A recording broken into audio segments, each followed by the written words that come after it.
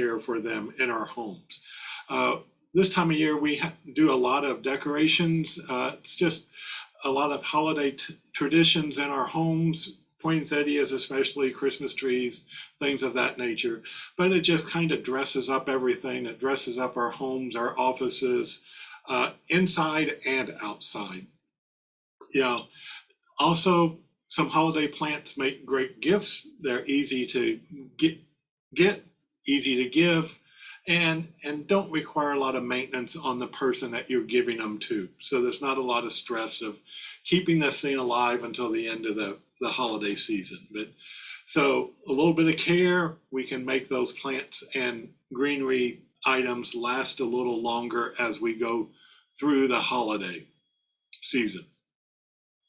We're just going to talk about, have a conversation about how we go about choosing those plants, that greenery for our homes or offices, and how do we take care of them.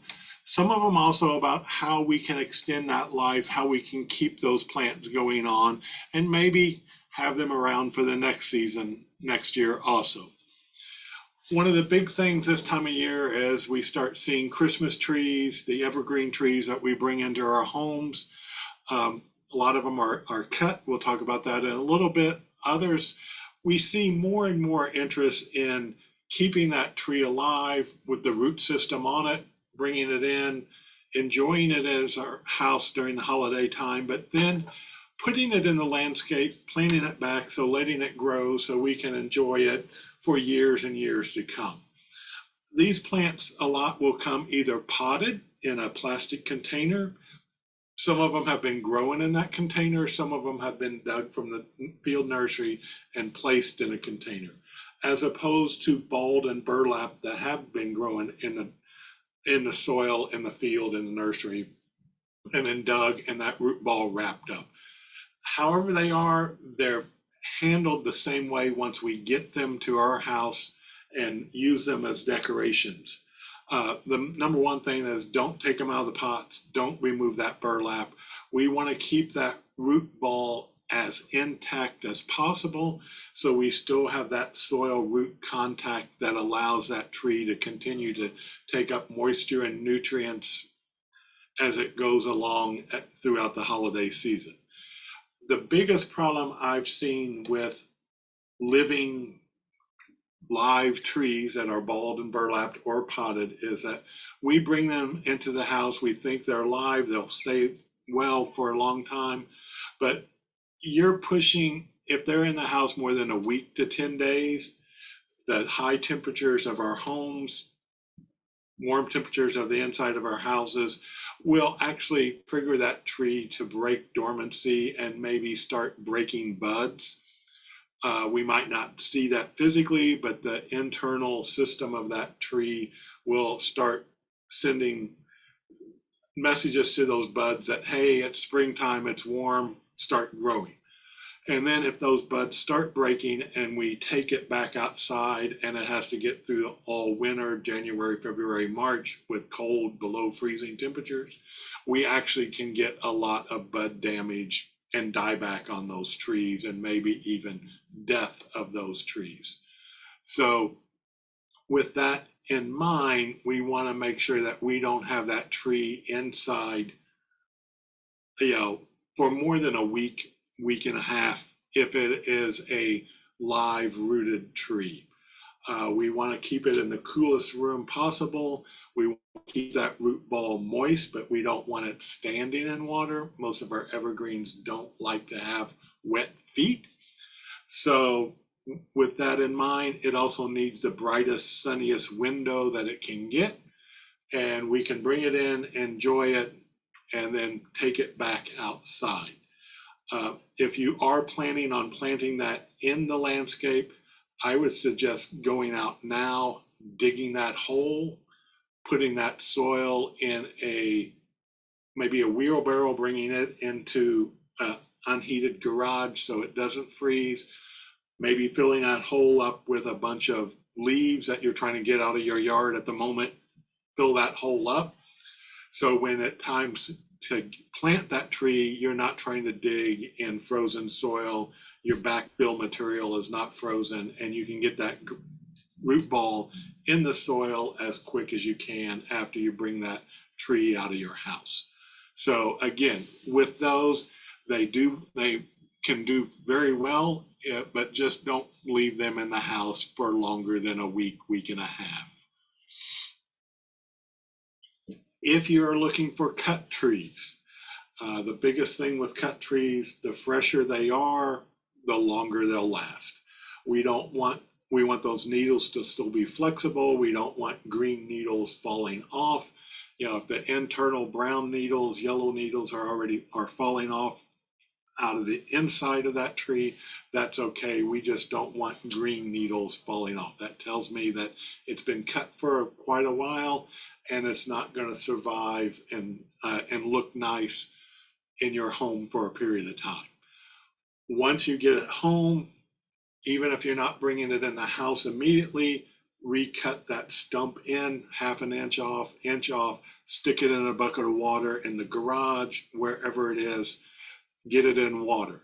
Then when you get ready to bring that tree into the house, cut another inch, half an inch off that, make a fresh cut.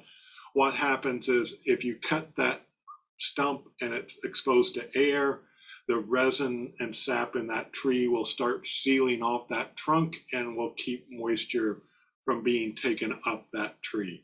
So once you get it in a good quality stand that will hold a gallon or 2 gallons plus of water, making sure that you have fresh, clear water in that stand at all times. Try not to let that cut butt end of that stump get exposed to air once it's in the stand, and it should take up, it's not uncommon for them to take 2 quarts of water a day up, if not more, if it's a fresh tree and a larger tree. So keeping water in them at all times, remembering that once that tree starts drying out, it becomes quite the fire hazard and can, if exposed to a flame, ignition source, it can become a fireball pretty quick. So if they're starting to dry up, get it out of the house quickly after the holidays as possible. But fresh water, clear water, typically don't need to add additives to it. That tree will take up good clean water if it's got a good fresh cut on the stump end, and it will survive quite a while in that stand. In some of the floral sections of grocery stores and those type of places, you can start seeing some smaller trees. Some of these are plants that do well as house plants. Norfolk Island pine is one of those that you can keep in your house year round. You can get them, sometimes they come decorated, sometimes you have to decorate them yourself, but be careful. Those branches are very tender, especially the ends of them. If you start hanging heavy ornaments or tying things onto them, you can actually damage those branches and cause long-term effects on the livability of that tree. So, but they make great decorative accents in your home. I know people who have quite large Norfolk Island pines that are in their house 12 months a year, and those are their Christmas trees. They can be 6, 8 feet tall and are quite decorative, and they just decorate those trees. But they like our normal room temperatures. That 70-degree area is just right for them. The biggest problem with our homes during the winter is we use forced air heat, most of us, and the relative humidity in those homes can just drop drastically with that heat source. So most of our indoor houseplants, just not holiday ones, but normal houseplants, like that relative humidity at that 50 plus range. So keeping doing things to increase that moisture, a tray of pebbles underneath those trees or plants so that moisture is getting up in the air and raising that humidity will help. Norfolk Island pines are like a lot of our house plants. They like moist soil, but they don't like standing water. So making sure those containers provide drainage of some type. If it comes wrapped in the cellophane, the foil, poking holes in that foil and putting it in a plant saucer so that excess water can drain out will help the survivability of those plants.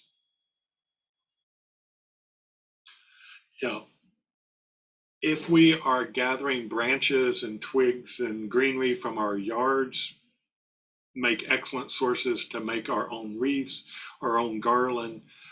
We can do some pruning, light pruning on most of our evergreens. Boxwood's not a problem. Holly, if you have that. One thing we need to remember is if we're out trimming, especially some of the evergreens like pines and spruces, we don't want to cut back, trim back into bare wood. You know, if you look at that branch on that pine tree or spruce tree, there's green needles towards the end of it, but back towards the trunk, there are no needles. They're just bare wood branches. We don't want to prune. If we prune back into that bare wood, evergreens do not have the ability to break side buds and send out new shoots. So that branch is probably going to die back to the trunk, as opposed to, you know, say go out and cut a branch off of a maple tree, you get all those side buds breaking and you get all these side shoots.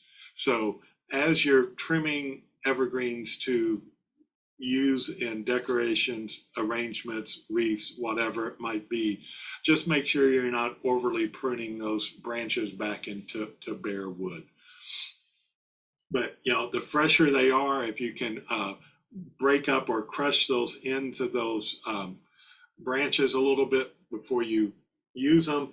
Keep them in water before those branches, soaking in water before you make the arrangement or before you make the wreath will help extend the life of that greenery without them drying up so quickly. There's also anti-transference, anti-desiccants that you can spray. One of them is called wilt proof. That's fairly common that you can find in the stores. It just slows down that water process of being lost through those needles. So that will help extend the life.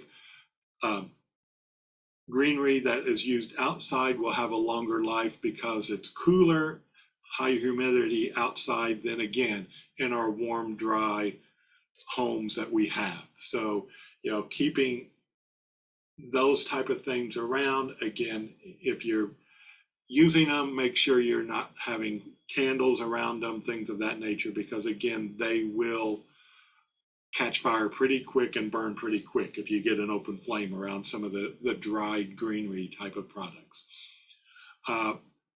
The fresher that you can get, the better off you'll be buying them locally, as opposed to buying them, you know, that's been shipped in from somewhere. Keep it away from heat sources, registers, things of that, fireplaces, things of that nature. If you're adding lights to these arrangements, these wreaths, these garlands, just make sure that the lights are rated for exterior use. Most of our lights that we buy anymore, most of them are LEDs. They don't put out a lot of heat, and almost all of them are rated for exterior use. But if you have some older ones around or larger light bulbs, just make sure that those are rated for exterior use around that greenery material. And as with garlands and wreaths and cut trees, when they become dry and brittle, make sure you're getting those out of the house just as quick as possible. If you're using fresh garland, fresh wreaths, just keep in mind that those are a natural product. They have a lot of resin in those branches. They tend to seep out where those cuts are made or where breaks are made in the needles. That resin sap is difficult to get off of surfaces of tops of mantles, fireplace mantles, furniture, tabletops, windowsills, and can actually damage some finishes, varnish, shellac, type of those things. So keep that in mind, that maybe putting a piece of plastic or something underneath that arrangement, that wreath, that garland, to keep it from getting onto that wood surface. Just some things to think about as you're putting up those decorations. Switching gears a little bit here, and one of the most popular plants that's used this time of year in homes for decorations and for gifts is a poinsettia. Poinsettia is a euphorbia in the euphorbia family of plants. They have a real milky sap to them, a latex sap to them. So if you've ever broken a leaf off one, it actually, you know, seeps out that white colored milky latex material. Um, they are in their native habitat, South America, Caribbean, those areas, or Africa, are normally outdoor perennial plants. They do not survive in our frigid conditions during winter, but in tropical areas, you see a picture on the screen there of a larger poinsettia that is, you know, an ancient ancestor of what we buy in the grocery store or the florist during the holiday season. But again, they are perennial plants, so they can survive indoors in our homes and for years to come. Uh, Traditionally, native, they are red. Those red flowers that we see on a poinsettia are not flowers. Those are bracts. They're modified leaves, and they color up in response to the environment they're in. The true flowers on a poinsettia, if you look inside those bracts where they're all connected, you'll see little yellow ball-shaped flowers in there. That is the true flowers on the poinsettia. So, as I said, most of them are the true poinsettias are red. We see a lot of ones in the greenhouse industry now that are white or pink, multicolored marble. Then we see the ones that are blue and with glitter on them. Some of those colors, the blue, the bright colors, have been painted on. You know, they've been sprayed, they've been dipped, the glitter is glued onto those leaves or those bracts. So keep that in mind. If those have been treated with some type of spray paint, dye, things of that nature, a lot of times that affects the systems of that plant. They can't breathe, they can't transpire water like they normally should. So sometimes those have a shorter lifespan than the true unadulterated, you know, poinsettias. So just keep that in mind as you're selecting them. But if that's what you want, excellent, fine. The market is providing that for you, but just keep in mind that it does affect the overall health of that plant. Just some general things to think about if you're out looking for poinsettias. If you're selecting them, look for good bright colors on the bracts, dark green leaves. Those are things that we're looking for that indicates that this is a healthy plant. Keep in mind that most of these poinsettias have been growing in a greenhouse conditions, very warm, very humid, full bright sunshine. So keep that in mind when we bring them into a lot of times cooler homes, darker homes, you know, not what their ideal growing conditions are. They are very sensitive to cold. So if you're out shopping for other things and picking up a poinsettia for yourself or for somebody else, make that your last stop. Don't let it sit in a cold car. And by cold, I mean 50, 55 degrees or colder, which is our normal weather conditions when we're out shopping for poinsettias, but making sure that we don't expose that to any more than possible.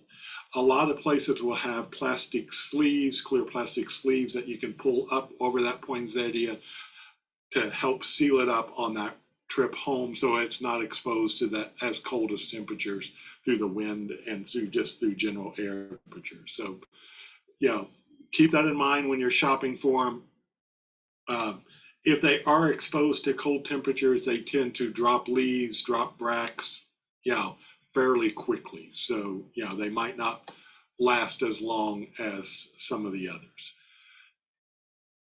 Poinsettias like to have moisture in the soil, but they don't want, again, like I've said with several others plants, they don't like to have wet feet. So allowing that soil that media to dry out a little bit before you water it will help extend the life of that plant. Again, that drainage on there, keeping wet feet out of there is important. If it has cellophane or foil wrapper, again, poking some holes through that and putting it in a plant saucer, will help that drainage. Container, some of them I've been seeing lately that it doesn't have foil on it, but it actually comes in a plastic outer container that doesn't have holes in it. That works well. What I suggest is maybe pop that inner pot out of that container, put something down in the bottom of that outside container without holes, some gravels, just a little piece of wood or something that will hold that inner pot, hold that root zone up out of the drainage water in that container will be excellent. But drainage is very important on poinsettias. And most poinsettias should live throughout the holiday season without any problems. But, if we can, our normal indoor temperature, 70 degrees, is probably pretty good for them. They like humidity. And if we could get that poinsettia in the brightest spot in the room by the window would be excellent. They don't like drafts. Keep them away from furnace registers, things of that nature. We've mentioned drainage quite a bit, and again, no wet feet on them. That will do in a standing water in a root zone of a container with a poinsettia in it will do that plant in quicker than just about anything else you can do with that poinsettia. When the season is over, everybody wants to know, I want to keep this plant. I'm going to grow it, and I'm going to produce my own poinsettia for next year. With that said, yes, it can be done. Poinsettias are, that color on those bracts is triggered by a photoperiod response. It is the short days. It's actually not the amount of sun, the hours of sun light that it gets. It is the hours of darkness that it gets.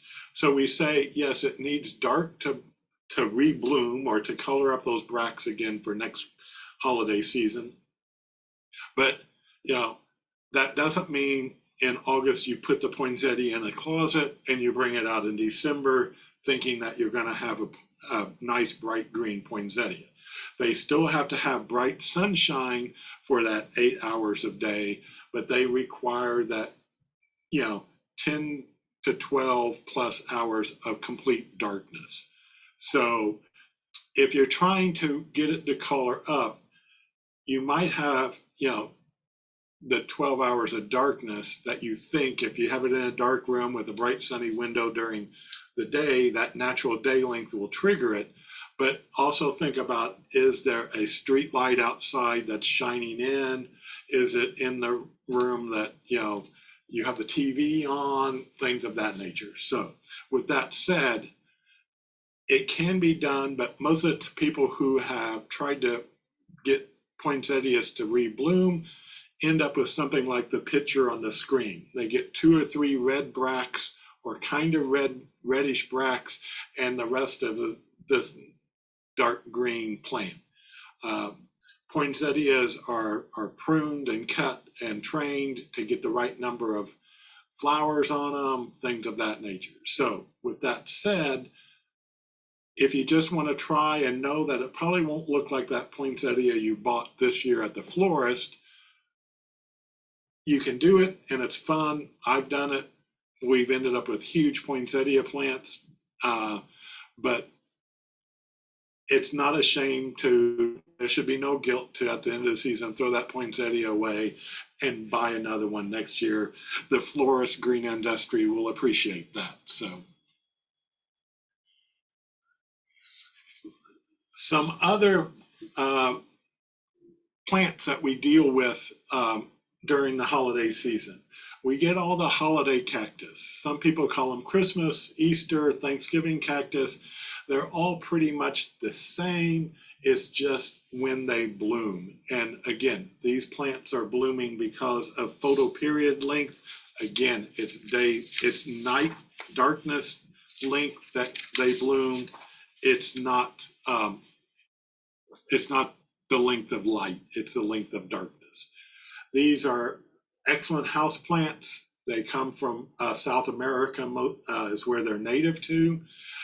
They can be very long-lived plants. I have some um, Christmas cactuses that belong to not the original plant, but starts from the original plant that my grandmother had, and she passed away in the 40s. So I never knew her, but this cactus has come down through the family. So they can be great house plants and fairly easy to take care of. Um, they they like a little bit warmer, 70 to 80 during the growing season, a little bit cooler to set buds. They're kind of like poinsettias and Norfolk Island pines. You hear me say that they don't like wet feet. That's way with most houseplants. Most houseplants are done in by too much water instead of too little water. So making sure you have excellent drainage soil is fantastic. Just like poinsettias, they're looking for 12 to 14 hours of darkness for 6 weeks to initiate that bloom. If you have them in your house now, that's what you need to get to them. And they're fairly easy again to take care of as a long-lived house plant. So this is a plant that you can give someone that you think wants houseplants to take care of. During the summer, you can move them out. There's a photo in the corner of where I've just moved mine out during the summer, and they enjoy being outside. They enjoy the warm temperatures, and I've just got a corner of up against the fence that keeps them out of direct sunlight, but gets them enough sunlight that they can grow along.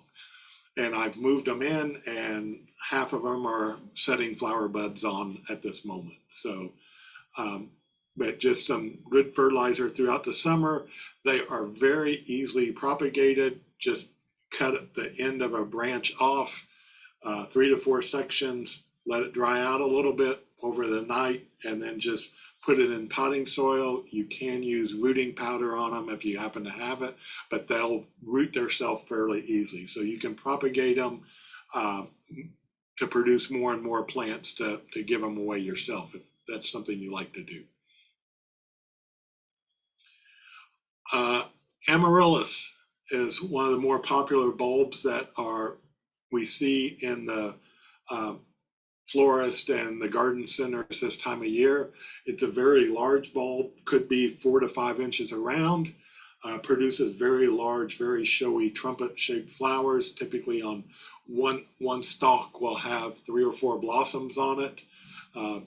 Could be up to 2 feet tall, depending on the size of the bulb and what, and how they're taken care of. Takes about 2 to 3 months typically to get go from that bulb to the flower. So you want to be, potting those up here fairly soon to get them to bloom for the holidays. So makes a great gift. One thing I'm seeing on the market now that I didn't see a couple years ago is they're amaryllis bulbs covered in wax. And you don't have to pot them. You just put them in a glass vase, set them out, and they take off and grow, and they do bloom, and they're very nice. But you don't have to worry about watering them, taking care of them. So if you have someone who may not be able to take care of houseplants anymore, but enjoys flowers, that might be something that you can purchase that you can give somebody as a gift that requires no maintenance whatsoever. It's just this wax-covered amaryllis bulb in a glass vase, and it blooms for them. On the tag of that, it says that once it blooms, you need to throw it away. I, being the horticulture person that I am, I had one last year, and I thought, what happens if I peel the wax off of that thing and pot it up? I thought I would actually peel the wax off and there would be nothing left of that bulb. I thought it would spend all of its energy putting the flower up, but it was still a solid bulb, and I stuck it down in a pot with other amaryllis, and guess what? It survived the summer, it's growing, and I'll see if it blooms again this year. But it's always fun to play around with those things to see if it happens. But those wax colored bulbs, I'm seeing it a lot in the grocery store floral center, in the grocery store, in the big box stores, and things of that nature. So it's just something fun to play around with. Um, as with most bulbs, the size of the bulb does matter. The bigger the amaryllis bulb, more likely the larger the flower blooms are going to be on it. So yeah, spend a little extra money and get larger ones, and you'll be better off. But basically they're easy. Even if you're potting them up and giving them to somebody, pot them up so about half the bulb is out of the soil and the other half is down in the soil. Water it well. Again, put it in a warm spot. Let it dry out a little bit between waterings. Again, that bulb does not like to be totally wet and sitting in the water. But aftercare, just cut the flower stalk off, put it in the brightest spot you have during the winter in front of a window, let it grow, and then you can move it outside during the summer, and you can get them to rebloom. Let the bulbs dry out a little bit, the foliage will die off, and then start watering them again once you get closer to the next holiday season, and it will send up that bloom stalk and bloom again. So easy things to take care of. Some other bulbs that we see that we can use in our decorations of our holiday homes. Paper whites is one of them. The nice thing about paper whites is most bulbs have to go through a chilling treatment, a cold treatment before they bloom.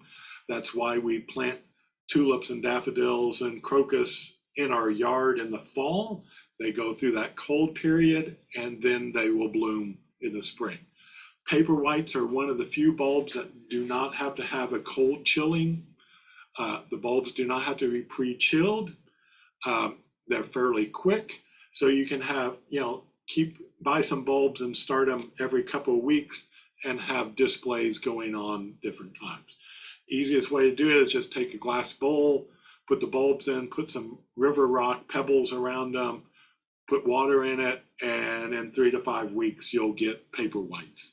I will say one thing about paper whites, they do have an aroma to them that some people like and some people don't like. So just be aware if you're growing paper whites that might be an issue with some people in your family.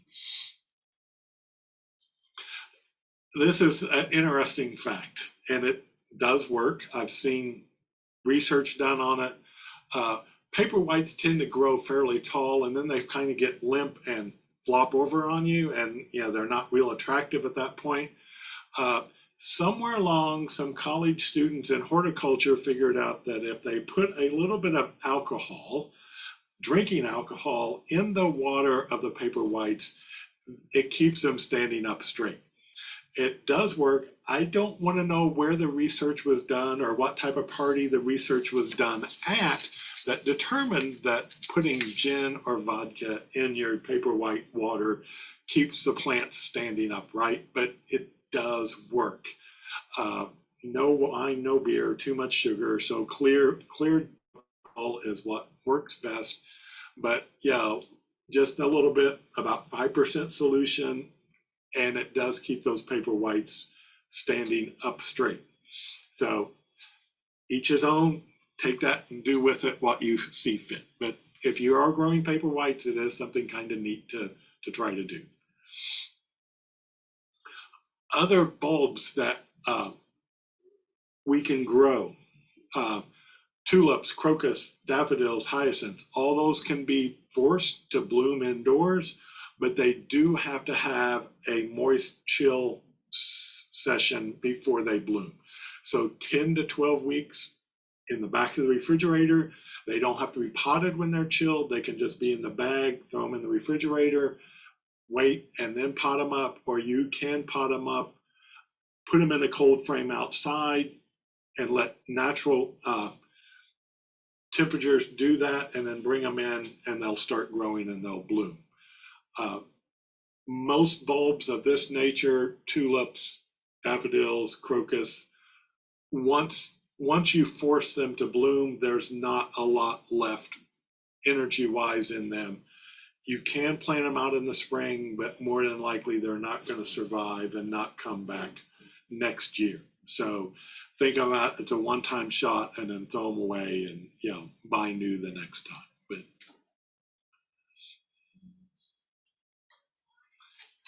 But cyclamen is something else, a different type of plant that we might grow for the holiday season. Typically has red, purple, pink flowers, white flowers on it. This is one that I've tried over the years. I've enjoyed it, but once it blooms, I can never keep it going and never bring it back. So it grows from a crown. It's not a bulb. It's not a root system. It's a crown.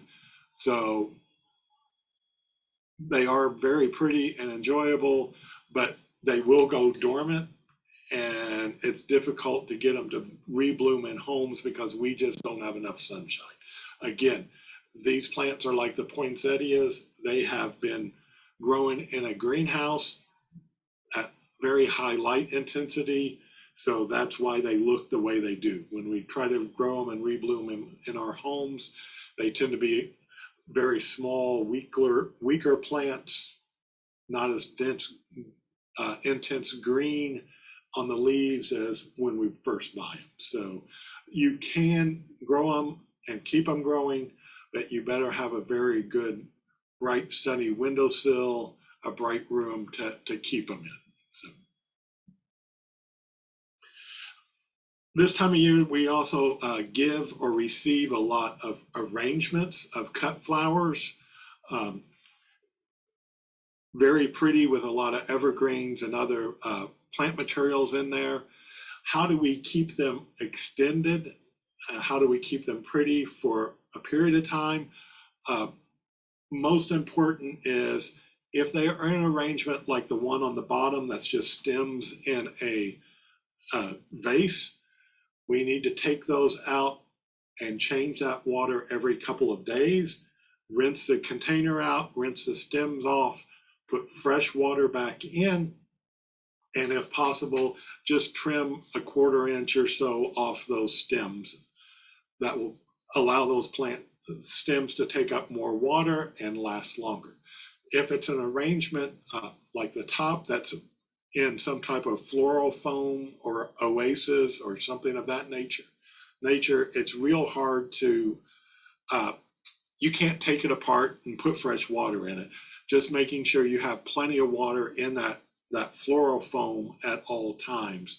Most of them have some type of tray underneath that will hold a little bit of water, but it might be that a arrangement like that, you might need to put a little bit of water on it, maybe twice a day instead of watering it once every day or every other day. So keeping fresh water on them, changing the water in vases are going to be the best things that you can do. Always get the question of, should I be using some type of preservative? Whether it's a commercial one, a lot of times the arrangements will come with a little pack that you can mix with water.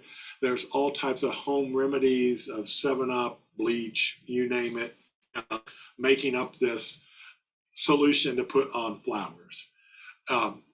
My preference is a lot of times good, clean water, changed often, is probably the best. That little packet is probably the next best, but I avoid a lot of the home solutions. They end up with a lot of sugar in the water that causes more bacteria and fungus to grow on those stems. So just stay away from the homemade solutions most of the time. Another big thing is, We always know that these arrangements are kept at the florist in coolers. That's because refrigerators will keep them fresh longer. The problem is if we try to do that in our home refrigerator, if we have any fruits, especially apples, those apples give off a gas called ethylene. Ethylene is a ripening gas. It's a ripening agent for plant material, whether it be you put an apple with a bag of green bananas and then tomorrow they'll be all ripe.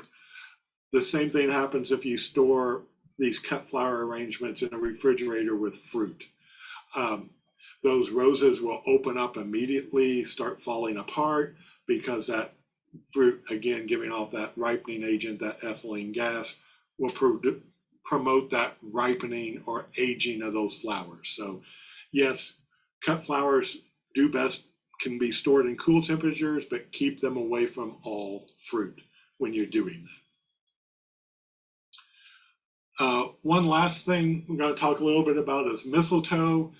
Mistletoe is a native, it's a somewhat of a parasitic plant that roots itself in trees. More of a southern thing. We're getting up on the northern end of the mistletoe range at the moment, but it is used in holiday decorations. It has nice creamy white berries on it. Just keep in mind that those berries and leaves are mildly poisonous, especially to little kids and pets. So as that dry, those berries tend to drop off onto the floor, wherever they happen to be. But there's a whole lot of folklore that goes around mistletoe. It's just kind of a neat thing, but it can be found native in the state of Indiana and can be used for decorations. With that, it's time for any questions. I'm going to stop sharing and see if anybody has any questions that they need to ask, or something I didn't cover that you think that you came with a burning question about.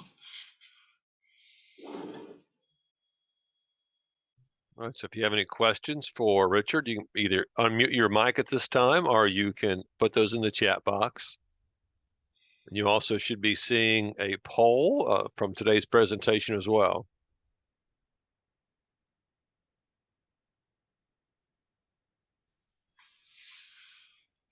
Any questions?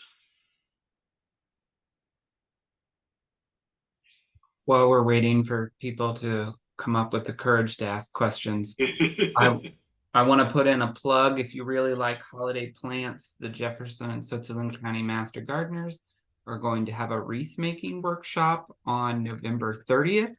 We collect greenery, evergreens, mistletoe from community members, and we put them together and have a fun night. And it's a good program to have a fun craft and learn about the Master Gardeners program. So contact Kyle or I if you'd like to come on November 30th. I think there was a question in the chat.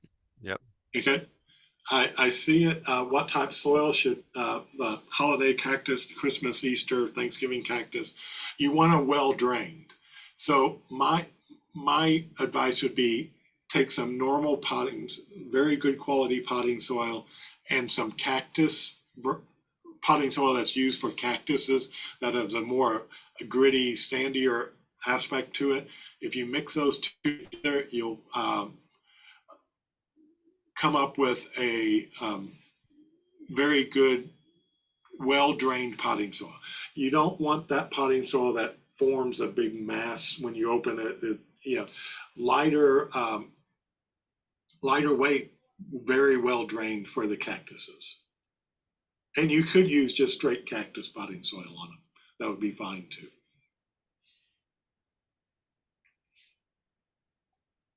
Any other? Oh, we have another question, Richard. Now, the question is there a variety of tree that does best for a cut Christmas tree in the home?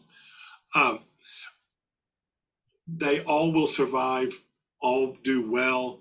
You need to think about with those is what type of decorations, what ornaments you're putting on them. If you have a bunch of heavier ornaments, a lot of times the white pines and those type of pines don't do well because the branches are not strong enough to hold up those ornaments. So if you do have a lot of heavier ornaments, think about some of the firs, spruces, things of that nature. They will all hold up, I feel, the same length of time if you take care of them, make a good clean, a new cut, and keep water in that tree stand. They'll all survive about the same length of time.